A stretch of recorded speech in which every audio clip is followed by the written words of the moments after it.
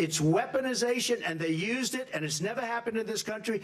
They used it to try and win an election. They're fake cases. President Trump, thank you. A really quick response here, Vice President Harris, on this notion of weaponization of the Justice Department. Well, let's talk about extreme and understand the context in which this election in 2024 is taking place.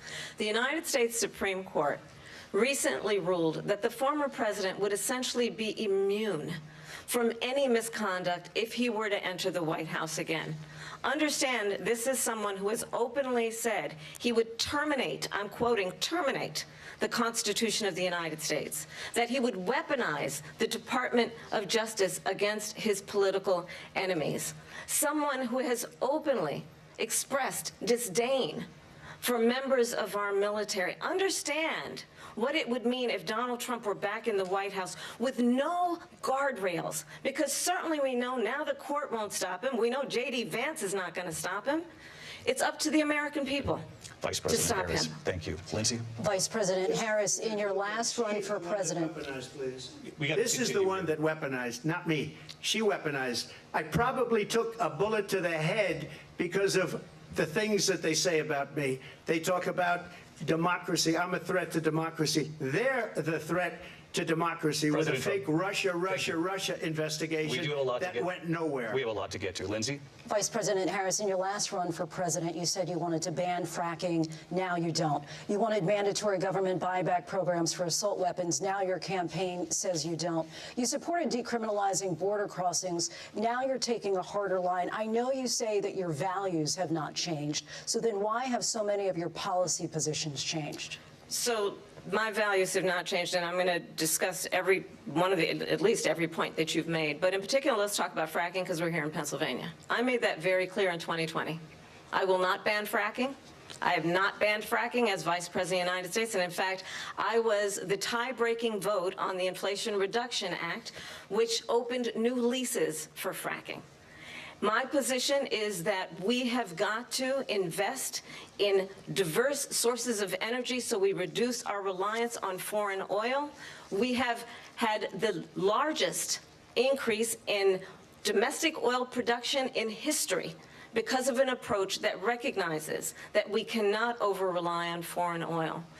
As it relates to my values, let me tell you, I grew up a middle-class kid raised by a hardworking mother who worked and saved and was able to buy our first home when I was a teenager. The values I bring to the importance of home ownership, knowing not everybody got handed $400 million on a silver platter and then filed bankruptcy 6 times, is a value that I bring to my work, to say we are going to work with the private sector and home builders to increase 3 million homes, increase by 3 million homes by the end of my first term. My work that is related to having a friend when I was in high school who was sexually assaulted by her stepfather. And my focus then on protecting women and children from violent crime is based on a value that is deeply grounded in the importance of standing up for those who are most vulnerable. My work that is about protecting Social Security and Medicare is based on long-standing work that I have done, protecting seniors from scams. My values have not changed. And what is important is that there is a president who actually brings values and a perspective that is about lifting people up and not beating people down and name-calling. The true measure of the leader is the leader who actually understands the strength is not in beating people down, it's in lifting people up. I intend to be that president. President Trump, your response. First of all, I wasn't given $400 million. I wish I was. My father was a Brooklyn builder, Brooklyn, Queens, and a great father, and I learned a lot from him. But I was given a fraction of that, a tiny fraction, and I built it into many, many billions of dollars, many, many billions. And when people see it, they are even surprised. So we don't have to talk about that. Fracking, she's been against it for 12 years. Defund the police, she's been against that forever. She gave all that stuff up very wrongly, very horribly, and everybody's laughing at it, okay? They're all laughing at it. She gave up at least 12 and probably 14 or 15 different policies. Like, she was big on defund the police. In Minnesota, she went out, wait a minute, I'm talking now, if you don't mind, please. Does that sound familiar? She went out in Minnesota and wanted to let criminals that killed people, that burned down Minneapolis, she went out and raised money to get them out of jail. She did things that nobody would ever think of. Now she wants to do transgender operations on illegal aliens that are in prison. This is a radical left liberal that would do this. She wants to confiscate your guns, and she will never allow fracking in Pennsylvania. If she won the election, fracking in Pennsylvania will end on day one. Just to finish one thing so important in my opinion. So I got the oil business going like nobody has ever done before. When they took over, they got rid of it, started getting rid of it, and the prices were going up the roof. They immediately let these guys go to where they were. I would have been 5 times, 4 times, 5 times higher, because you're talking about 3.5 years ago. They got it up to where I was because they had no choice, because the prices of energy were quadrupling and doubling. You saw what happened to gasoline. So they said, let's go back to Trump. But if she won the election, the day after that election, they'll go back to destroying our country, and oil will be dead, fossil fuel will be dead, we'll go back to windmills, and we'll go back to solar, where they need a whole desert to get some energy to come out. You ever see a solar plant? By the way, I'm a big fan of solar, but they take 400, 500 acres of desert President soil. Trump, we have a These lot are of not good issues things that for we the have to get environment, to. as We're she out of time. understands. Thank you. Lindsay, thank you. We have an election in just 56 days. And I want to talk about the peaceful transfer of power, which, of course, we all know is a cornerstone of our democracy, and the role of a president in a moment of crisis. Mr. President, on January 6th, you told your supporters to march to the Capitol. You said you would be right there with them. The country and the world saw what played out of the Capitol that day, the officers coming under attack. Aides in the West Wing say you watched it unfold on television off the Oval Office. You did send out tweets, but it was more than 2 hours before you sent out that video message telling your supporters to go home. Is there anything you regret about what you did on that day? You just said a thing that isn't covered. Peacefully and patriotically, I said during my speech, not later on. Peacefully and patriotically. And nobody on the other side was killed. Ashley Babbitt was shot by an out-of-control police officer that should have never, ever shot her. It's a disgrace. But we didn't do this group of people that have been treated so badly. I ask, what about all the people that are pouring into our country and killing people that she allowed to pour in? She was the border czar, remember that. She was the border czar. She doesn't want to be called the border czar because she's embarrassed by the border. In fact, she said at the beginning, well, I'm surprised you're not talking about the border yet.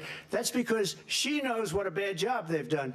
What about those people? When are they going to be prosecuted? When are these people from countries all over the world, not just South America, they're coming in from all over the world, David, all over the world, and crime rates are down all over the world because of it. But let me just ask you, David, when are those people going to be prosecuted? When are the people that burned down Minneapolis going to be prosecuted? Or in Seattle, they went into Seattle, they took over a big percentage of the city of Seattle. When are those people going to be prosecuted? But let me just ask you. You might ask her that question. You were the president. You were watching it unfold on television. It's a very simple question as we move forward toward another election. Is there anything you regret about what you did on that day? Yes or no? I had nothing to do with that other than they asked me to make a speech. I showed up for a speech. I said, I think it's going to be big. I went to Nancy Pelosi and the mayor of Washington, D.C., and the mayor put it back in writing, as you know. I said, you know, this is going to be a very big rally or whatever you want to call it. And again, it wasn't done by me. It was done by others. I said, I'd like to give you 10,000 National Guard or soldiers. They rejected me. Nancy Pelosi rejected me. It was just 2 weeks ago. Her daughter has a tape of her saying she is fully responsible for what happened. They want to get rid of that tape. It would have never happened if Nancy Pelosi and the mayor of Washington did their jobs. I wasn't responsible for security. Nancy Pelosi was responsible. She didn't do her job. The question was about you as president, not about former Speaker Pelosi, but I do want Vice President Harris to respond here. I was at the Capitol on January 6th. I was the vice president-elect. I was also an acting senator. I was there. And on that day, the President of the United States incited a violent mob to attack our nation's capital, to desecrate our nation's capital. On that day, 140 law enforcement officers were injured, and some died. And understand, the former president has been indicted and impeached for exactly that reason. But this is not an isolated situation. Let's remember Charlottesville, where there was a mob of people carrying tiki torches, spewing anti-Semitic hate. And what did the president then at the time say? There were fine people on each side. Let's remember that when it came to the Proud Boys, a militia, the president said, the former president said, stand back and stand by. So for everyone watching who remembers what January 6th was, I say we don't have to go back. Let's not go back. We're not going back. It's time to turn the page. And if that was a bridge too far for you, well, there is a place in our campaign for you to stand for country, to stand for our democracy, to stand for rule of law, and to end the chaos, and to end the approach that is about attacking the foundations of our democracy because you don't like the outcome. And be clear on that point. Donald Trump, the candidate, has said in this election there will be a bloodbath if this and the outcome of this election is not to his liking. Let's turn the page on this. Let's not go back. Let's chart a course for the future and not go backwards to the past. Let me just follow up here. It was a different term, and it was a term that related to energy because they have destroyed our energy business. That was where bloodbath was. Also, on Charlottesville, that story has been, as you would say, debunked. Laura Ingraham, Sean Hannity, Jesse, all of these people, they covered it. If they go an extra sentence, they will see it was perfect. It was debunked in almost every newspaper, but they still bring it up, just like they bring 2025 up. They bring all of this stuff up. I ask you this, you talk about the Capitol. Why are we allowing these millions of people to come through on the southern border? How come she's not doing anything? And I'll tell you what I would do, and I would be very proud to do it.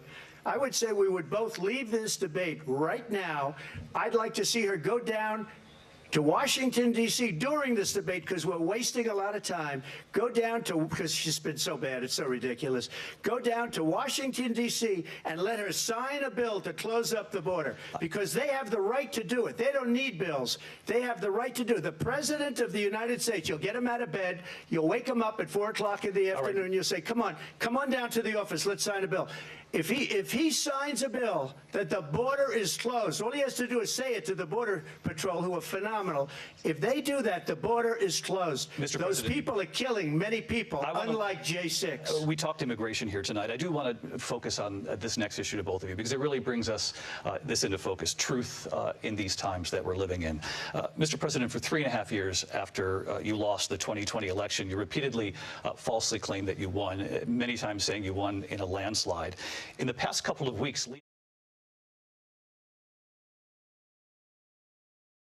make it that you came up a little bit short. I said that? Are you now acknowledging that you lost in 2020? No, I don't acknowledge that at all. But I you said did that say sarcastically. That. You know that. It was said, oh, we lost by a whisker. That was said sarcastically. Look, there's so much proof. All you have to do is look at it. And they should have sent it back to the legislatures for approval. I got almost 75 million votes, the most votes any sitting president has ever gotten. I was told if I got 63, which was what I got in 2016, you can't be beaten. The election, people should never be thinking about it. An election is fraudulent. We need two things. We need walls. And we have to have it. We have to have borders. And we have to have good elections. Our elections are bad. And a lot of these illegal immigrants coming in, they're trying to get them to vote. They can't even speak English. They don't even know what country they're in practically. And these people are trying to get them to vote. And that's why they're allowing them to come into our country. I did watch all of these pieces of video. I didn't detect the sarcasm, lost by a whisker. We didn't quite make it.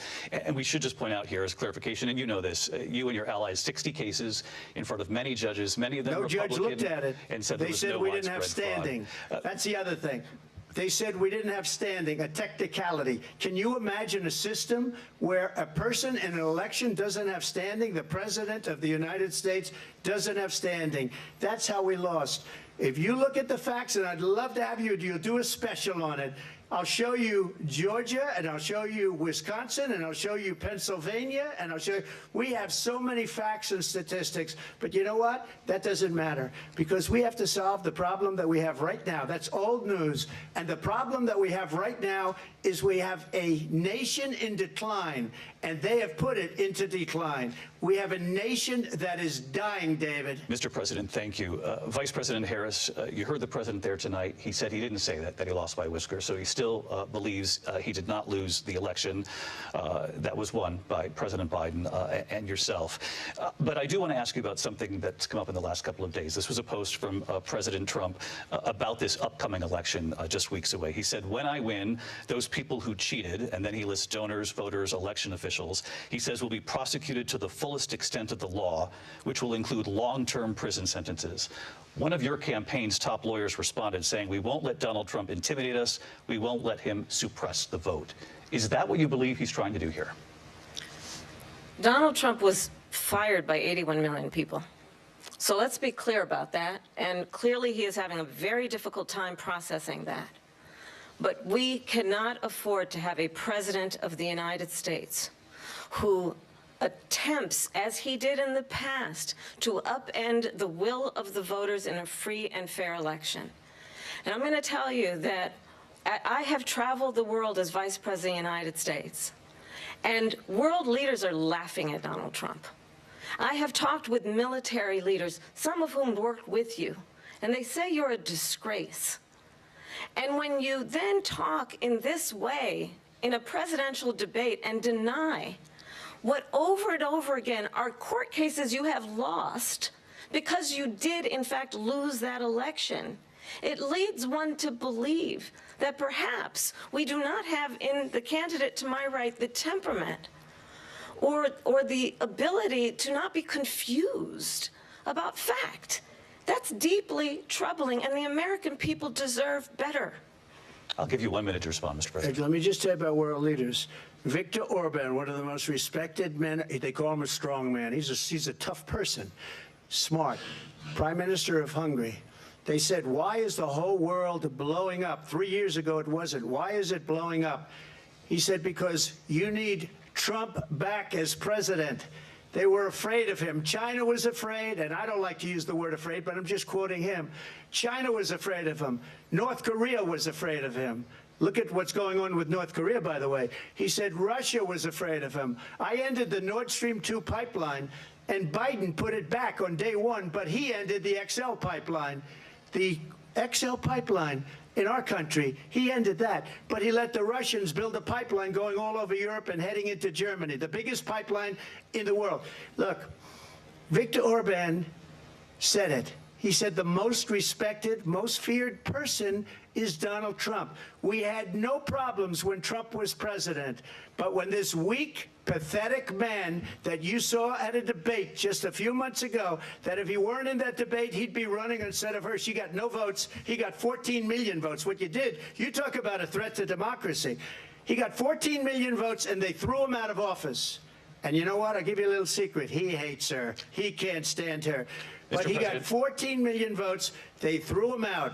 She got 0 votes. And when she ran, she was the first one to leave because she failed. And now she's running. I don't understand it, but I'm okay with it because your time is I think we're going to do very well. We've got a lot more to get to. Turning now to the Israel-Hamas war and the hostages who are still being held, Americans among them.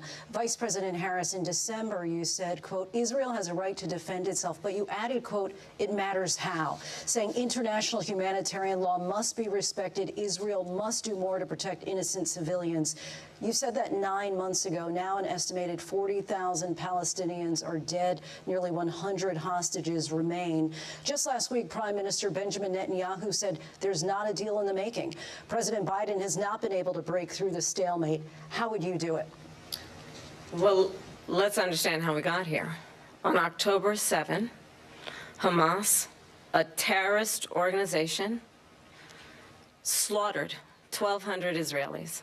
Many of them young people who were simply attending a concert. Women were horribly raped. And so absolutely, I said then, I say now, Israel has a right to defend itself. We would. And how it does so matters. because it is also true, far too many innocent Palestinians have been killed. Children, mothers. What we know is that this war must end. It must end immediately, and the way it will end is we need a ceasefire deal and we need the hostages out. And so we will continue to work around the clock on that. Work around the clock, also understanding that we must chart a course for a two-state solution. And in that solution, there must be security for the Israeli people and Israel, and in equal measure for the Palestinians. But the one thing I will assure you always, I will always give Israel the ability to defend itself, in particular as it relates to Iran and any threat that Iran and its proxies pose to Israel. But we must have a two-state solution where we can rebuild Gaza, where the Palestinians have security, self-determination, and the dignity they so rightly deserve. President Trump, how would you negotiate with Netanyahu and also Hamas in order to get the hostages out and prevent the killing of more innocent civilians in Gaza? If I were president, it would have never started. If I were president, Russia would have never, ever, I know Putin very well, he would have never, and there was no threat of it either, by the way, for 4 years, have gone into Ukraine and killed millions of people when you add it up, far worse than people understand what's going on over there. But when she mentions about Israel, all of a sudden, she hates Israel. She wouldn't even meet with Netanyahu when he went to Congress to make a very important speech. She refused to be there because she was at a sorority party of hers. She wanted to go to the sorority party. She hates Israel. If she's president, I believe that Israel will not exist within 2 years from now. And I've been pretty good at predictions, and I hope I'm wrong about that one. She hates Israel. At the same time, in her own way, she hates the Arab population because the whole place is going to get blown up. Arabs, Jewish people, Israel will be gone. It would have never happened. Iran was broke under Donald Trump. Now Iran has $300 billion because they took off all the sanctions that I had. Iran had no money for Hamas or Hezbollah or any of the 28 different spheres of terror. And they are spheres of terror, horrible terror. They had no money. It was a big story, and you know it. You covered it very well, actually. They had no money for terror. They were broke. Now they're a rich nation, and now what they're doing is they're spreading that money around. Look at what's happening with the Houthis and Yemen. Look at what's going on in the Middle East. This would have never happened. I will get that settled and fast, and I'll get the war with Ukraine and Russia ended. If I'm president-elect, I'll get it done before even becoming president. Vice President Harris, he says you hate Israel. That's absolutely not true. I have my entire career and life supported Israel and the Israeli people. He knows that. He's trying to, again, divide and distract from the reality, which is it is very well known that Donald Trump is weak and wrong on national security and foreign policy. It is well known that he admires dictators, wants to be a dictator on day one, according to himself. It is well known that he said of Putin that he can do whatever the hell he wants and go into Ukraine. It is well known that he said when Russia went into Ukraine, it was brilliant. It is well known he exchanged love letters with Kim Jong-un. And it is absolutely well known that these dictators and autocrats are rooting for you to be president again because they're so clear. They can manipulate you with flattery and favors. And that is why so many military leaders who you have worked with have told me you are a disgrace. That is why we understand that we have to have a president who is not consistently weak and wrong on national security, including the importance of upholding and respecting in highest regard our military. Vice President Harris, thank you. They're the ones, and she's the one that caused it, that's weak on national security by allowing every nation last month for the year, 168 different countries sending people into our country. Their crime rates are way down. Putin endorsed her last week, said, I hope she wins. And I think he meant it because what he's gotten away with is absolutely incredible. It wouldn't have happened with me. The leaders of other countries think that they're weak and incompetent, and they are. They're grossly incompetent. And I just ask one question. Why does Biden go in and kill the Keystone Pipeline and approve the single biggest deal that Russia's ever made, Nord Stream 2, the biggest pipeline anywhere in the world going to Germany and all over Europe? Because they're weak and they're ineffective. And Biden, by the way, President gets paid Trump, a lot of money. Thank you. We have a lot of issues to get to. We'll be right back with much more of this historic ABC News presidential debate from the National Constitution Center right here in Philadelphia. Back in a moment.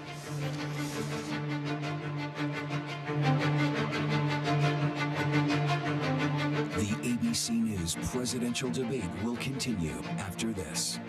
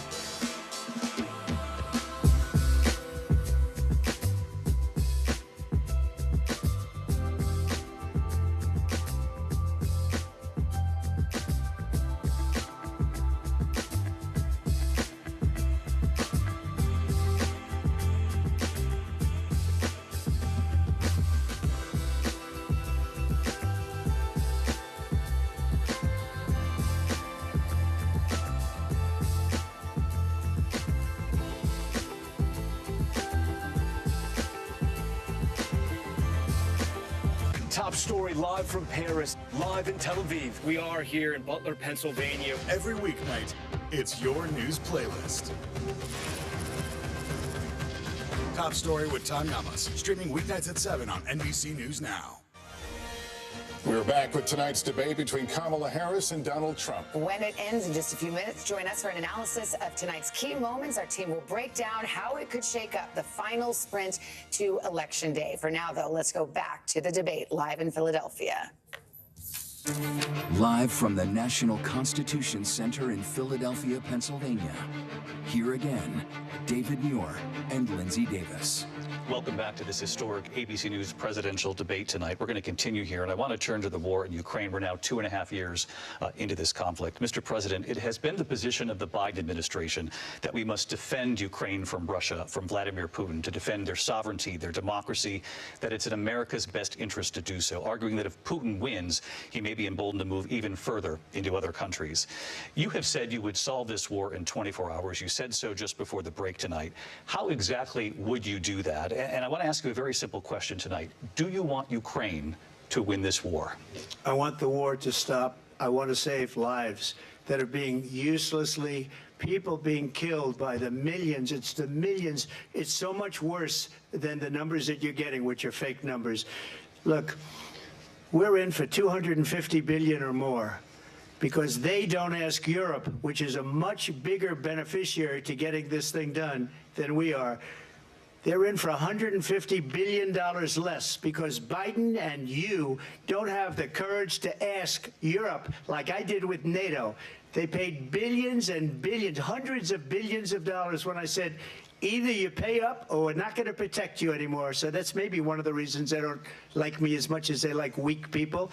But you take a look at what's happening. We're in for 250 to 275 billion. They're into 100 to 150. They should be forced to equalize. With that being said, I want to get the war settled. I know Zelensky very well, and I know Putin very well. I have a good relationship, and they respect your president, okay? They respect me. They don't respect Biden. How would you respect him? Why? For what reason? He hasn't even made a phone call in 2 years to Putin, hasn't spoken to anybody. They don't even try and get it. That is a war that's dying to be settled. I will get it settled before I even become president. If I win, when I'm president-elect, and what I'll do is I'll speak to one, I'll speak to the other, I'll get them together. That war would have never happened. And in fact, when I saw Putin after I left, unfortunately left because our country has gone to hell.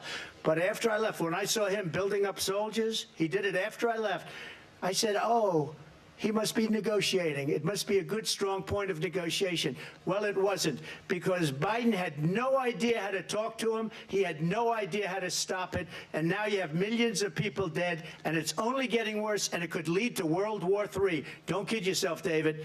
We're playing with World War III, and we have a president that we don't even know if he's... Where is our president? We don't even know if he's a president. And just to clarify they here... threw him out of a campaign like a dog. We don't even know. Is he our president? But we have a president, Mr. President, that doesn't know he's alive. Your time is up. Just to clarify in the question, do you believe it's in the U.S. best interest for Ukraine to win this war, yes or no? I think it's the U.S. best interest to get this war finished and just get it done. All right. Negotiate a deal, because we have to stop all of these human lives from being destroyed. I want to take this to Vice President Harris. I want to get your thoughts on support for Ukraine in this moment, but also, as Commander-in-Chief, if elected, how would you deal with Vladimir Putin, and would it be any different from what we're seeing from President Biden? Well, first of all, it's important to remind the former president you're not running against Joe Biden, you're running against me. I believe the reason that Donald Trump says that this war would be over within 24 hours is because he would just give it up. And that's not who we are as Americans. Let's understand what happened here. I actually met with Zelensky a few days before Russia invaded, tried through force to change territorial boundaries, to defy one of the most important international rules and norms, which is the importance of sovereignty and territorial integrity. And I met with President Zelensky. I shared with him American intelligence about how he could defend himself. Days later, I went to NATO's eastern flank, to Poland and Romania. And through the work that I and others did, we brought 50 countries together to support Ukraine in its righteous defense. And because of our support, because of the air defense, the ammunition, the artillery, the javelins, the Abrams tanks that we have provided, Ukraine stands as an independent and free country. If Donald Trump were president, Putin would be sitting in Kyiv right now. And understand what that would mean, because Putin's agenda is not just about Ukraine. Understand why the European allies and our NATO allies are so thankful that you are no longer president, and that we understand the importance of the greatest military alliance the world has ever known, which is NATO, and what we have done to preserve the ability of Zelensky and the Ukrainians to fight for their independence.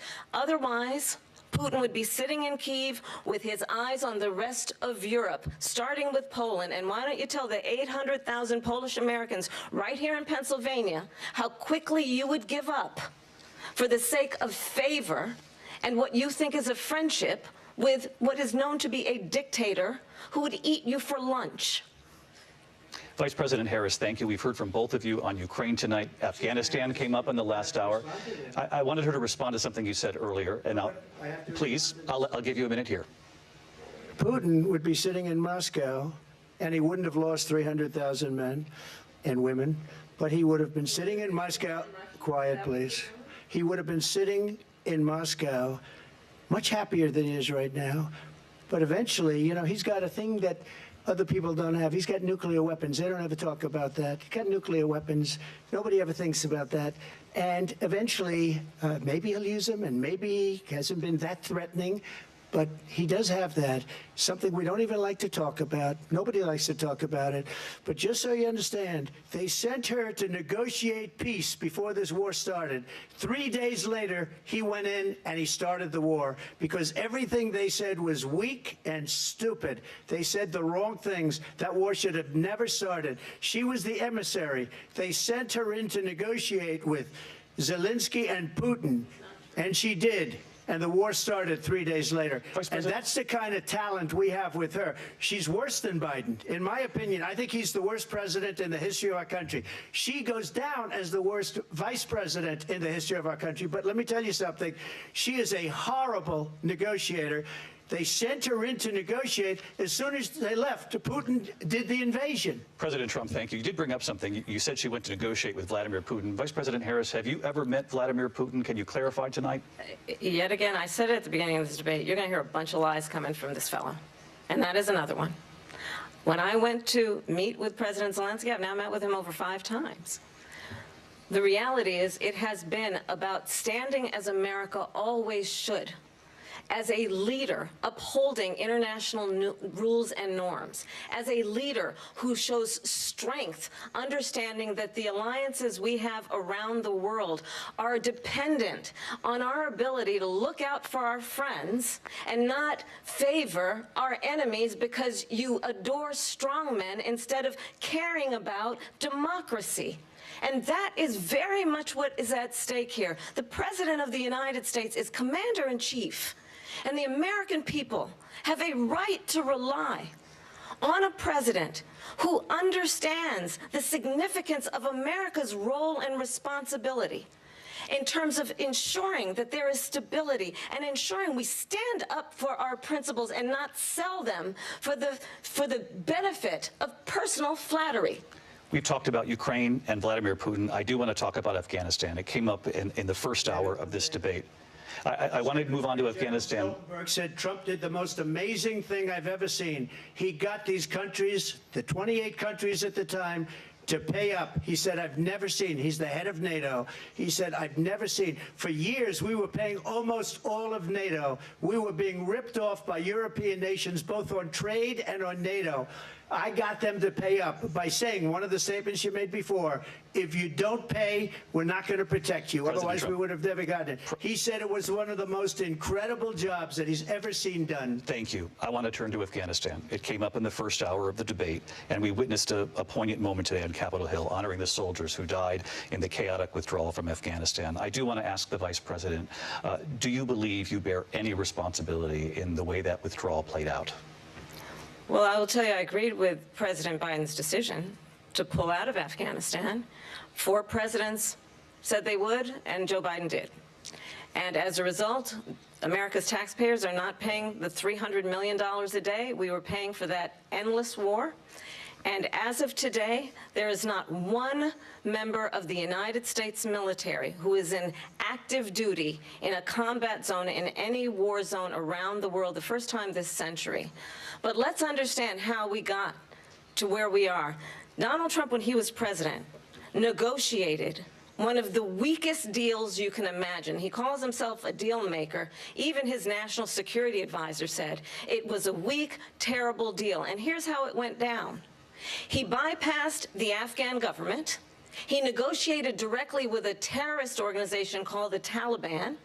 The negotiation involved the Taliban getting 5,000 Taliban terrorists released. And get this, and the president at the time invited the Taliban to Camp David, a place of storied significance for us as Americans, a place where we honor the importance of American diplomacy, where we invite and receive respected world leaders.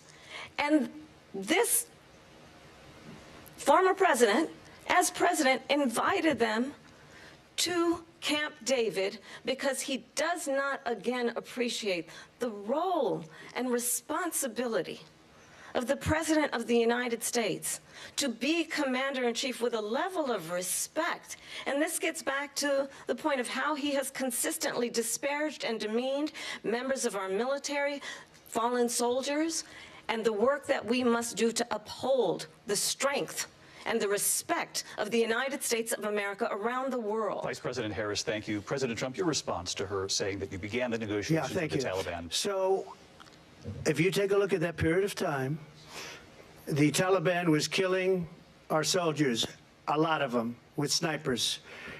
And I got involved with the Taliban because the Taliban was doing the killing. That's the fighting force within Afghanistan. They don't bother doing that because, you know, they deal with the wrong people all the time.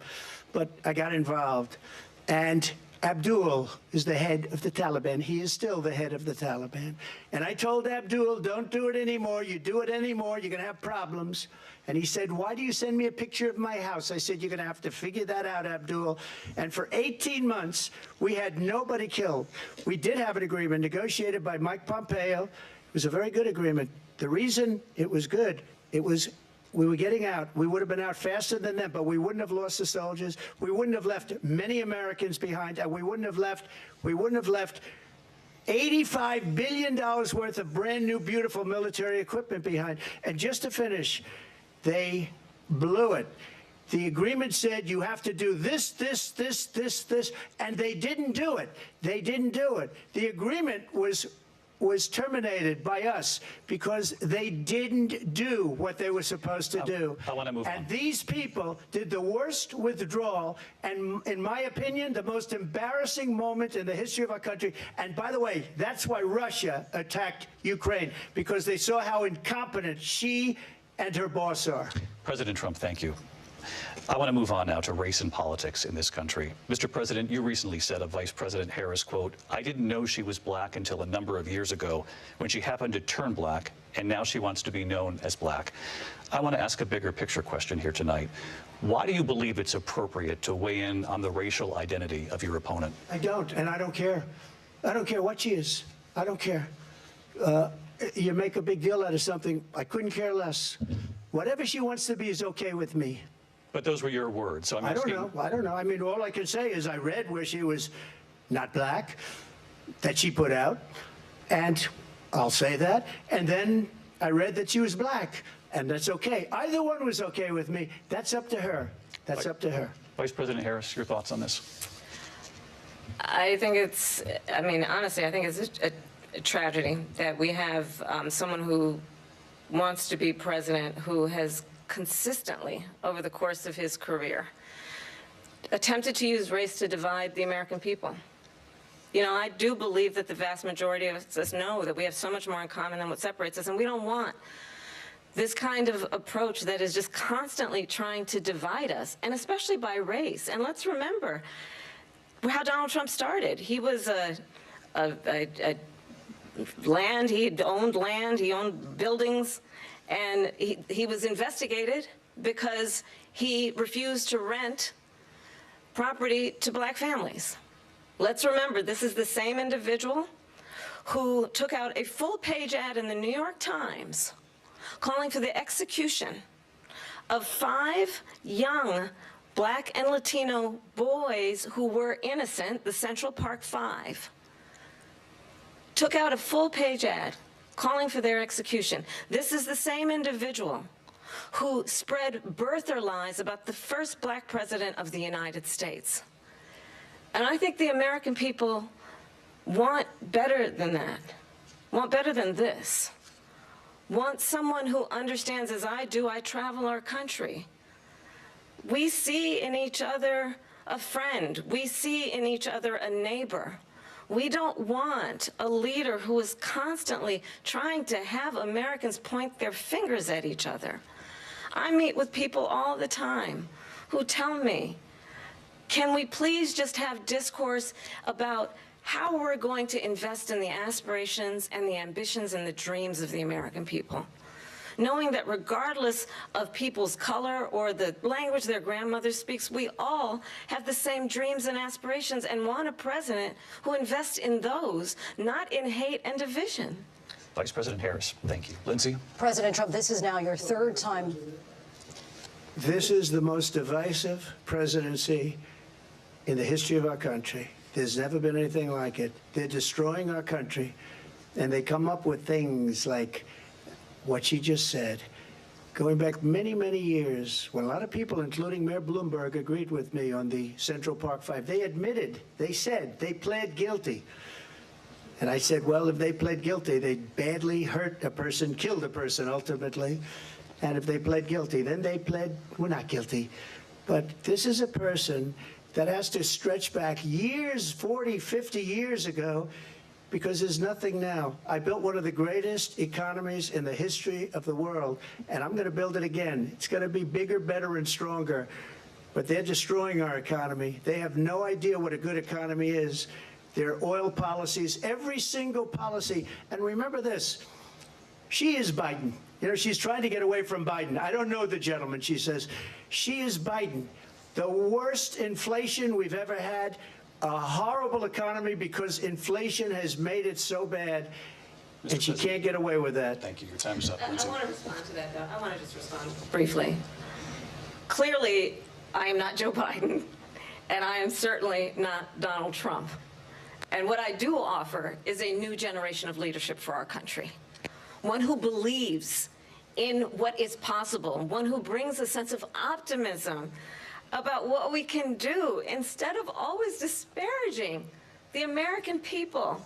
I believe in what we can do to strengthen our small businesses, which is why I have a plan. Let's talk about our plans and let's compare the plans. I have a plan to give startup businesses $50,000 tax deduction, to pursue their ambitions, their innovation, their ideas, their hard work. I have a plan, $6,000 for young families for the first year of your child's life, to help you in that most critical stage of your child's development. I have a plan that is about allowing people to be able to pursue what has been fleeting in terms of the American dream by offering a help with down payment of $25,000 down payment assistance for first-time home buyers.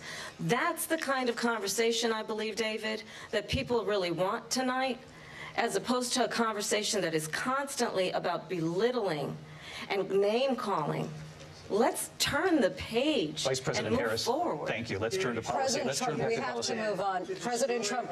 Let's turn to policy, please. She has a plan to defund the police. She has a plan to confiscate everybody's gun. President Trump, she we has do a have to plan move to on to not other allow issues. fracking in Pennsylvania or anywhere else. Okay. That's what her plan is until just recently. I just need Lindsay, to go ahead. respond because Trump, no, the President former Trump, president has said no, I'm something sorry. twice that I need to No, respond to. I'm sorry. We're going to move on, Vice President Harris. President Trump, this is now your third time running for president. You have long vowed to repeal and replace the Affordable Care Act, also known as Obamacare. You have failed to accomplish that. You now say you're going to keep Obamacare, quote, unless we can do something much better. Last month, you said, quote, we're working on it. So tonight, 9 years after you first started running, do you have a plan, and can you tell us what it is? Obamacare was lousy health care, always was. It's not very good today. And what I said, that if we come up with something, and we are working on things, we're going to do it and we're going to replace it. But remember this. I inherited Obamacare because Democrats wouldn't change it. They wouldn't vote for it. They were unanimous. They wouldn't vote to change it. If they would have done that, we would have had a much better plan than Obamacare. But the Democrats came up. They wouldn't vote for it. I had a choice to make when I was president. Do I save it and make it as good as it can be, never going to be great, or do I let it rot? And I felt I had an obligation, even though politically it would have been good to just let it rot and let it go away. I decided, and I told my people, the top people, and they're very good people. I have a lot of good people in that administration. We read about the bad ones. We had some real bad ones, too, and so do they. They have really bad ones. The difference is they don't get rid of them. But let me just explain. I had a choice to make. Do I save it and make it as good as it can be, or do I let it rot? And I saved it. I did the right thing. But it's still never going to be great, and it's too expensive for people. And what we will do is we're looking at different plans. If we can come up with a plan that's going to cost our people, our population, less money and be better health care than Obamacare, then I would absolutely do it.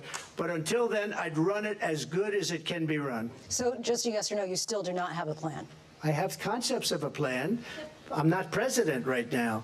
But if we come up with something, I would only change it if we come up with something that's better and less expensive.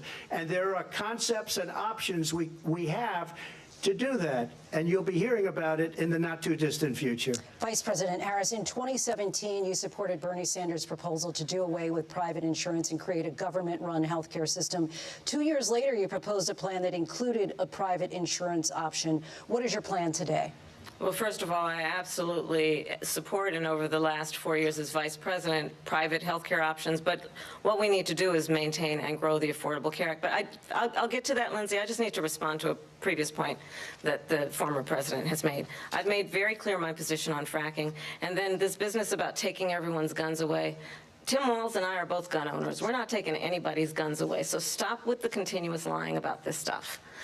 As it relates to the Affordable Care Act, understand, just look at the history to know where people stand. When Donald Trump was president, 60 times he tried to get rid of the Affordable Care Act. 60 times. I was a senator at the time when I will never forget the early morning hours when it was up for a vote in the United States Senate. And the late, great John McCain, who you have disparaged as being, you don't like him, you said, at the time because he got caught. He was an American hero. The late, great John McCain, I will never forget that night, walked onto the Senate floor and said, no, you don't. No, you don't. No, you don't get rid of the Affordable Care Act. You have no plan. And what the Affordable Care Act has done is eliminate the ability of insurance companies to deny people with pre-existing conditions. I don't have to tell the people watching tonight, you remember what that was like? Remember when an insurance company could deny if a child had asthma, if someone was a breast cancer survivor, if a grandparent had diabetes? And thankfully, as I've been vice president, and we, over the last 4 years, have strengthened the Affordable Care Act, we have allowed for the first time Medicare to negotiate drug prices on behalf of you, the American people. Donald Trump said he was going to allow Medicare to negotiate drug prices. He never did. We did. And now we have capped the cost of insulin at $35 a month. Since I've been vice president, we have capped the cost of prescription medication for seniors at $2,000 a year. And when I am president, we will do that for all people, understanding that the value I bring to this is that access to health care should be a right and not just a privilege of those who can afford it. And the plan has to be to strengthen the Affordable Care Act, not get rid of it, pass this prologue in terms of where Donald Trump stands on that. I want to move to an issue that's important for a lot of... You made a mistake. At number one, John McCain fought Obamacare for 10 years. But it wasn't only him. It were all of the Democrats that kept it going. And you know what? We can do much better than Obamacare, much less money. But but she won't improve private insurance for people, private medical insurance. That's another thing she doesn't want to get. People are paying privately for insurance that have worked hard and made money, and they want to have private. She wants everybody to be on government insurance where you wait 6 months for an operation that you need immediately. President Trump, thank you. We have another issue that we'd like to get to that's important for a number of Americans, in particular younger voters, and that's climate change. President Trump, with regard to the environment, you say that we have to have clean air and clean water. Vice President Harris, you call climate change an existential threat. The question to you both tonight is, what would you do to fight climate change? And Vice President Harris, we'll start with you. 1 minute for you each. Well, the former president had said that climate change is a hoax. And what we know is that it is very real. You ask anyone who lives in a state who has experienced these extreme weather occurrences, who now is either being denied home insurance or it's being jacked up. You ask anybody who has been the victim of what that means in terms of losing their home, having nowhere to go. We know that we can actually deal with this issue. The young people of America care deeply about this issue. And I am proud that as vice president over the last 4 years, we have invested $1 trillion in a clean energy economy, while we have also increased domestic gas production to historic levels. We have created over 800,000 new manufacturing jobs while I have been vice president. We have invested in clean energy to the point that we are opening up factories around the world. Donald Trump said he was going to create manufacturing jobs. He lost manufacturing jobs. And I'm also proud to have the endorsement of the United Auto Workers and Sean Fain, who also know that part of building a clean energy economy includes investing in American-made products, American automobiles. It includes growing what we can do around American manufacturing and opening up auto plants, not closing them like happened under Donald Trump. Vice President Harris, thank you. That didn't happen under Donald Trump. Let me just tell you, they lost 10,000 manufacturing jobs this last month. It's going, they're all leaving. They're building big auto plants in Mexico, in many cases owned by China. They're building these massive plants, and they think they're going to sell their cars into the United States because of these people. What they have given to China is unbelievable. But we're not going to let that. We'll put tariffs on those cars so they can't come into our country, because they will kill the United Auto Workers and any auto worker, whether it's in Detroit or South Carolina or any other place. What they've done to business and manufacturing in this country is horrible. We have nothing because they refuse. You know, Biden doesn't go after people because supposedly China paid him millions of dollars. He's afraid to do it. Between him and his son, they get all this money from Ukraine. They get all this money from all of these different countries. And then you wonder, why is he so loyal to this one, that one, Ukraine, China? Why is he? Why did he get $3.5 million from the mayor of Moscow's wife? Why did she pay him $3.5 million? This is a crooked administration, and they're selling our country down the tubes. President Trump, thank you. Thank you. We'll be right back with closing statements from both of our candidates. An historic night, this ABC News presidential debate from Philadelphia. Back in a moment.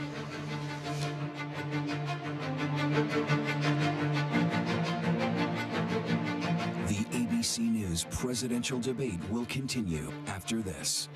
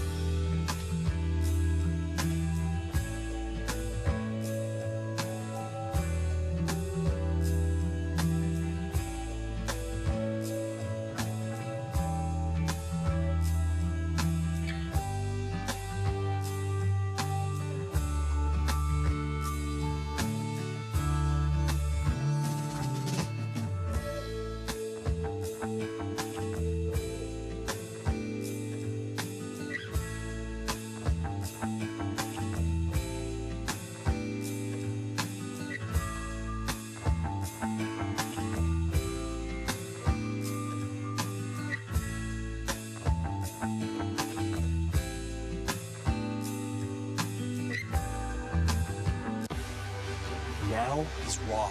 How hard is it to see it like this? Our house is no longer here, but we are here. Now is real. Let's break down what we know and then the big questions still outstanding. News for the generation of now is NBC News Now.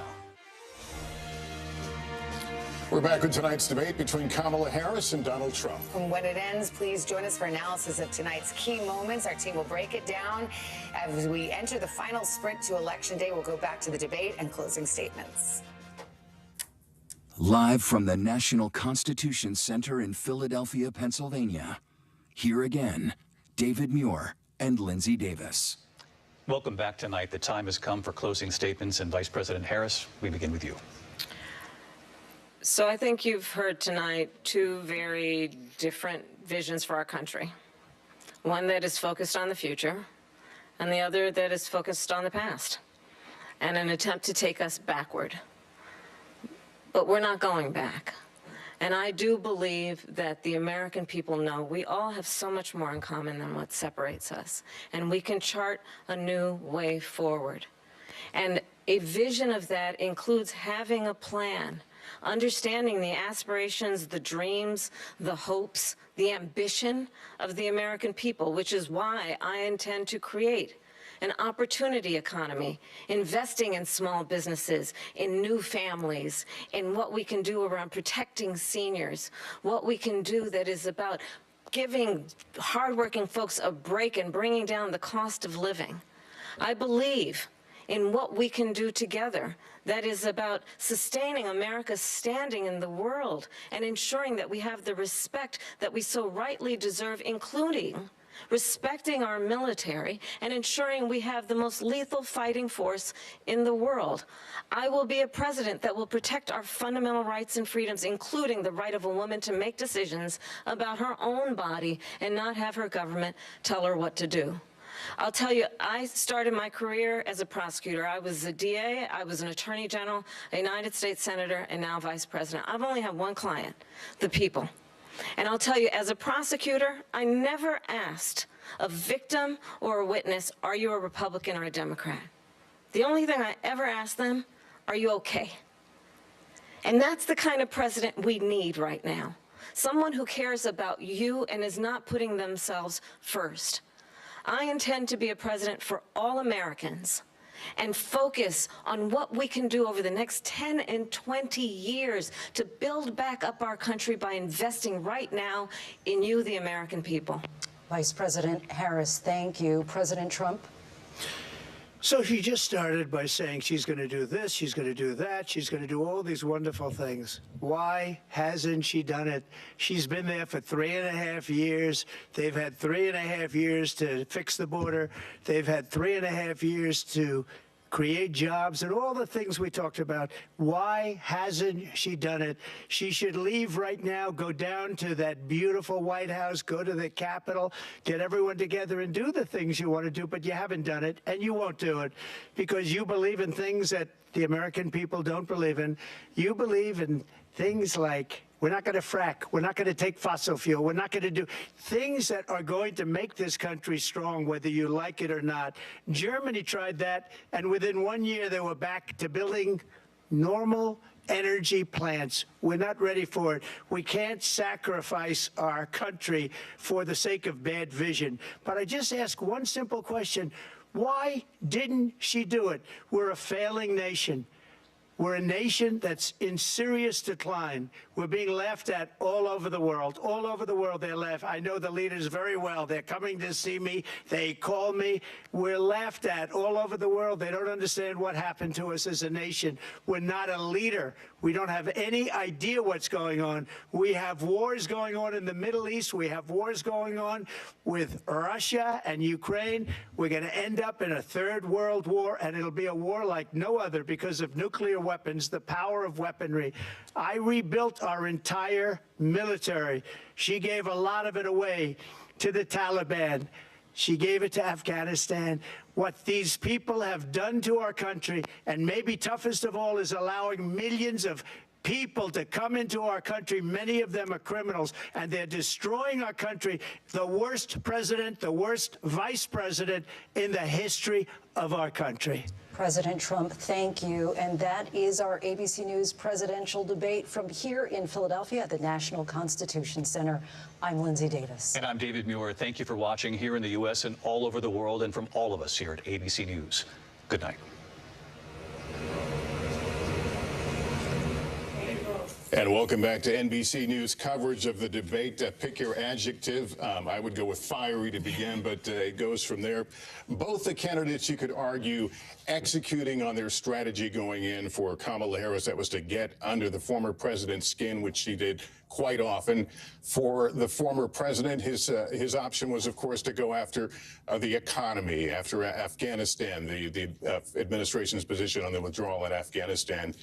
And immigration, of course. This is exactly what they wanted. The question is how they got there, and along the way, I think. Well, people are going to be talking about this debate for a long time. And is this the final debate? Is this the only one we're going to see? Will there be another? Well, it depends on how each candidate feels they did tonight. Let's bring back our moderator of Meet the Press, Kristen Welker, our senior Washington correspondent, Hallie Jackson. Boy, do we have a lot to chew over here. I mean, let's talk about, first of all, it does seem that Kamala Harris was trying to hit every trigger point she could think of to try to get Donald Trump to respond to her and to kind of fall into to bait him into that trap. Do you think it was effective? Well, let's just name a few. Abortion, January 6th, his former officials who are now critical of him. John McCain, which is a big trigger point. One of his rally size, one of the biggest ones that gets under his skin. One of his allies said she clearly tried to get under his skin. He's being defensive way too much. He's losing his answers. For example, instead of border czar, we had eating pets. Of course, that theory that Springfield officials in Ohio are saying there's no proof that undocumented immigrants are eating pets, something that we've heard from Trump and his campaign.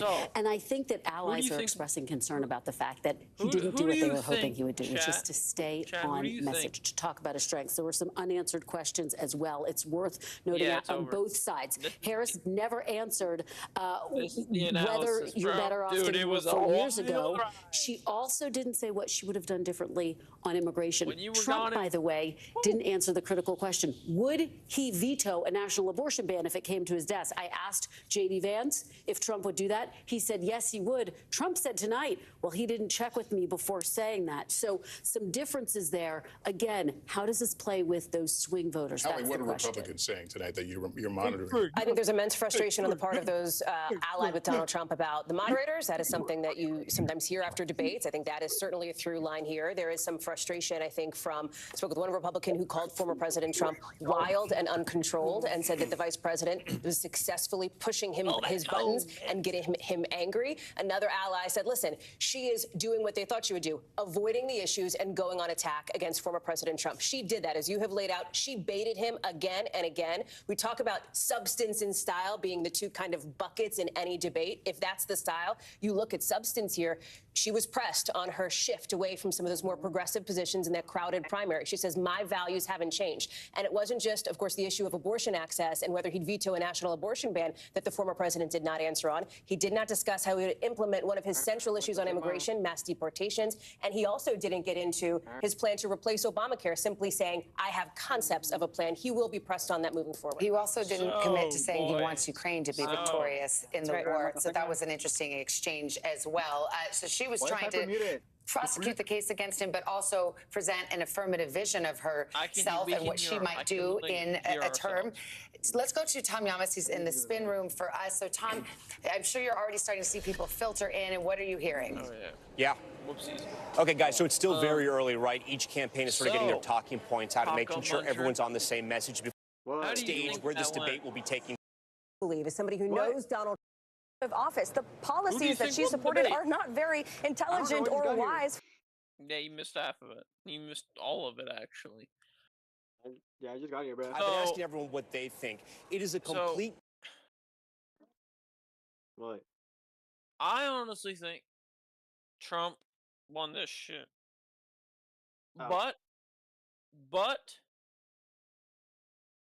I will admit this on other Trump supporters will. Half of it, he did lie. He did lie. Everybody lies. lies. She did too. Like the fact that she said she's a gun owner and does not want to take away guns, but yet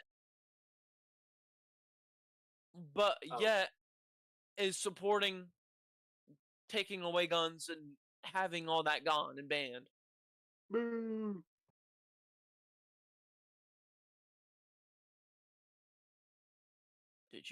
Did you fucking delete it? Are you an idiot? Did you do it?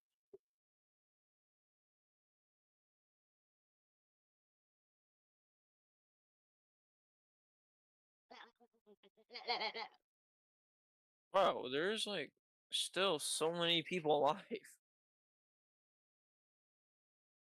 How can Trump went over the Vice President Harris lays out economic tax live ABC News presidential debate. I don't know. I feel strongly that they both did lie, but I feel strongly. Yeah, this is. But I feel strongly that she did lie a little more. % higher than And they the were fact just a that few she years said ago. she doesn't, This has she been wants a to close disaster our for borders people, is for the like middle class, but for every class. On top and of that, we underlie. have millions of people pouring into our country from prisons and Why jails, hasn't from she mental done it yet? institutions If and insane she was asylums. the one that and they're ordered coming it. in and they're taking She's a jobs that are retard. occupied right now by African Americans and Hispanics, and also unions. Unions are going to be affected very soon. And you see what's happening. You see what's happening with I'll towns go throughout watch the my United Outdoor States. You Boys look at YouTube channel. Springfield, God Ohio. You look damn, at Aurora motherfucking- in Colorado. Trying to They find are the clip, taking you over want the towns. But it's so.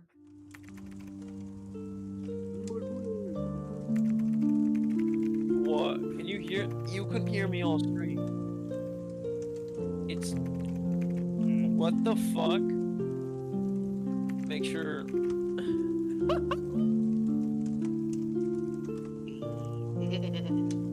Yeah, you're.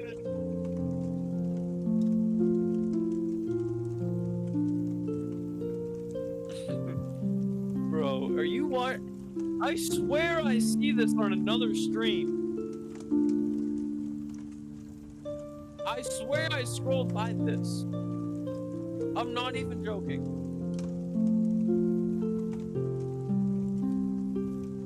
Why is there devil horns on there, boy?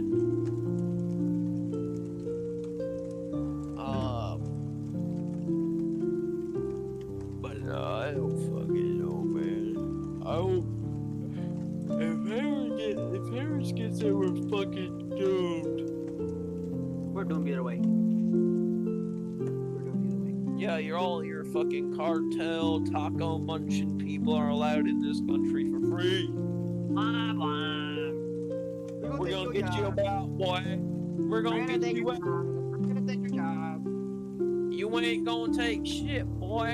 You won't come to me. I carry the boats and logs. You ain't doing shit.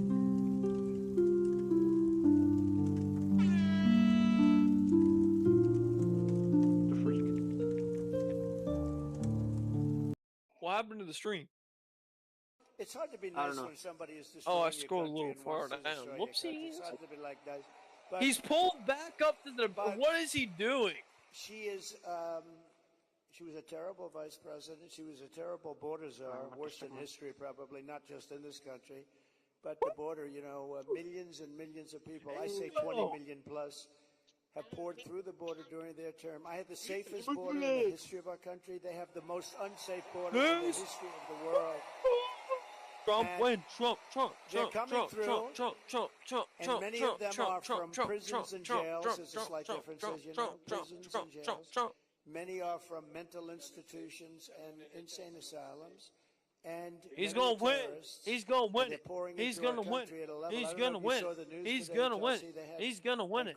He's gonna win it. He's gonna win it. He's gonna win it. He's gonna win it. He's gonna win it. He's gonna win it. He's gonna win it. He's gonna win it. He's gonna win it. They went in and they took over a building. This is just the beginning. They're taking their criminals from all over the world, not just South America, not just Venezuela, which you've been reading about. All over the world, they're taking their criminals